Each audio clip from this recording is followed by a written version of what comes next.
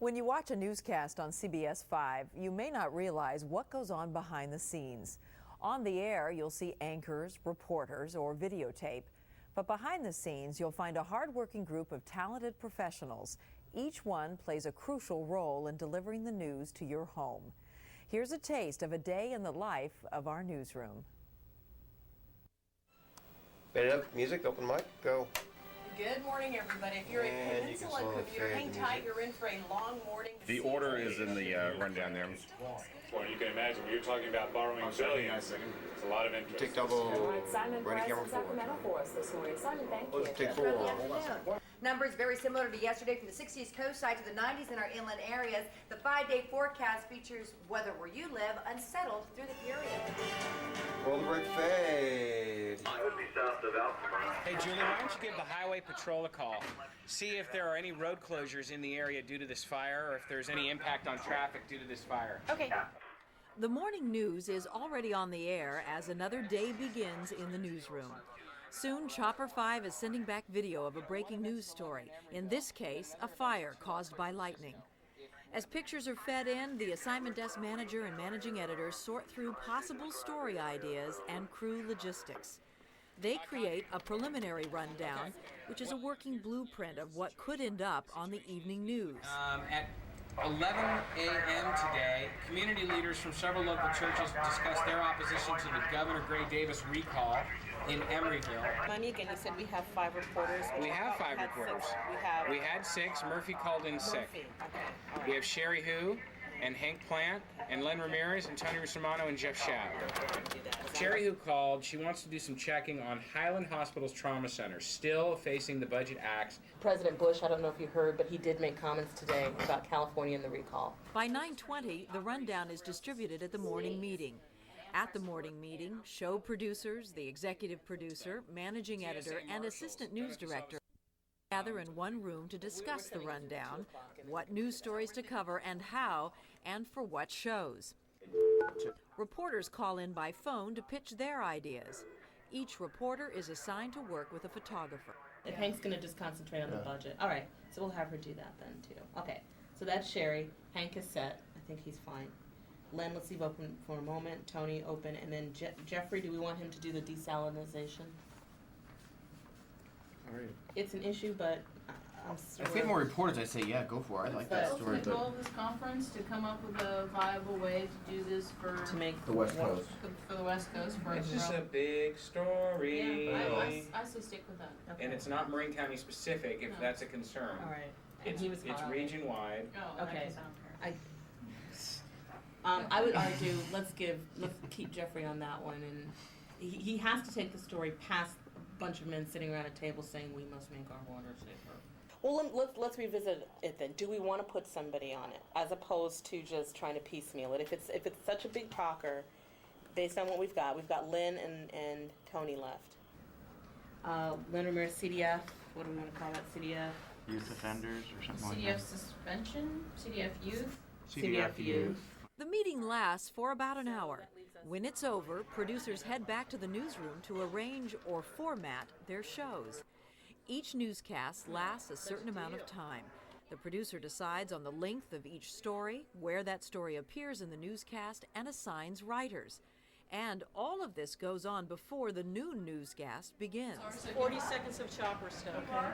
Hey Les, Simon is asking for 40 seconds of chopper material, so if you could cut about 40 seconds worth, that'd be awesome. Crucial to any news team are production assistants, or PAs. The PA tracks down and cues up videotape, often runs last-minute scripts upstairs to the anchor desk and to the control room.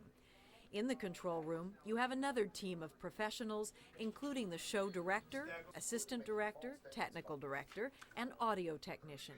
Together, this team takes all the elements of the newscast, the edited stories, the remote live shots, the anchors, the graphics, and electronically mixes them into one smooth newscast. By the way, PAs also run teleprompter, and that allows the news anchor to read a script and look at you at the same time. We must not let them steal our thunder. As the noon show is underway, the evening news reporters are hard at work out in the field, gathering news, looking at tape, and writing their reports. Reporters then call in and talk to the managing editor, who double-checks the content of the story and helps add any finishing touches. I think it works that we start off with this grassroots, we're going to get out the vote to stop this recall, which is good. Then you've got all of these great bites. Then we kind of make sort of a jarring, but it makes sense, transition to Bush. But I think what's important is not only the comments that he made, but then also the California connection. Today, in his Rose Garden news conference, the President steered clear taking sides. He may be forced to, though, when he visits California in August. Then we end with a soundbite with President Bush. That's good. I don't even know if the package is edited. She didn't seem to know. Well, he has a soundbite. He has a soundbite. He might have a little bit of announcement. At about 2:15 in the afternoon, show producers meet once more, but this time with the video producer and the show director to go over the formats, double-check the status of stories, and make sure that everyone is on the same page. The 11 p.m. news crew enters the meeting where they will be briefed on the day's events. And then, some breaking news, a fire in Fairfield. Yeah, we're watching it now. Texas Road and Interstate 80 in Fairfield. The news anchor gets involved, jotting down the facts, getting ready for a news cut-in. Good afternoon, I'm Kate Kelly in the CBS 5 newsroom. We have some breaking news to report. A grass fire is burning in Fairfield right now, and it is burning close to homes. Scoreboard, post-game, then we'll do the A's trade. They got Guillen from Cincinnati. While the news cut-in takes place, the sports department puts the finishing touches on its sportscast, and the weather team polishes their forecast, checking the last Doppler radar. Important deadlines are fast approaching. The show is about 1 hour away. What may look like chaos is really well orchestrated. That is Hank's vote. Van 11 EMC. Van 11, go ahead. Okay, Can I come up on Sutro? 10-4, I want to just take a look at your signal here and make sure I got you peaked up here. Go ahead and roll your tape. We're speeding on you. Live crews in the field raise the masts on their vans. These contain electronics which transmit a microwave signal back to the station, allowing tape to be fed in and reporters to go live from remote locations. Reporters and photographers begin feeding in videotape, one after another, often in rapid succession. The video is recorded on other tapes, which are then passed off to the video producer. The video producer oversees a team of editors whose job it is to edit the news footage together quickly and accurately. While everyone seems to have an opinion about Governor Davis and the recall fight, one newscast is now on the air as video editors continue to work, often rushing edited stories back out to the video producer, who double checks what it is and runs them into the tape playback. A lot of double checking goes on, from show producers verifying the live shots, video producers confirming what stories are in, to the show director marking off his format before he goes into the booth. A new generation of Weight Watchers is turning to the Atkins diet with its mantra. Once a show starts, the news waits for no one. These shows are broadcast live and they cannot be re-edited. Good evening, everybody. I'm Ken Bastida. And I'm Kate Kelly. Well, today, Governor Davis visited the Bay Area, responding to calls for another prominent Democrat to get on the recall ballot. Political editor Hank Plant reports on the governor's efforts to rein in Democratic defectors. Hank? Kate, Ken, Governor Greg Davis downplaying the break in Democratic ranks around him. The governor visited a domestic violence center in San Francisco's Chinatown this afternoon. Meanwhile, Governor Davis got a boost from Bay Area ministers today. As Sherry Hu reports from Oakland, they are mobilizing an effort to defeat the recall. Sherry. today in his Rose Garden news conference, the president steered clear taking sides.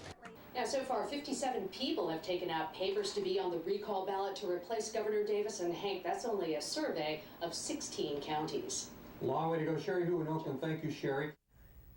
CBS 5 was the first television station in Northern California to go on the air, and since the late 40s, we've been broadcasting to the Bay Area. We hope this tape gives you an idea that it takes an electronic of many different professionals to put on a newscast.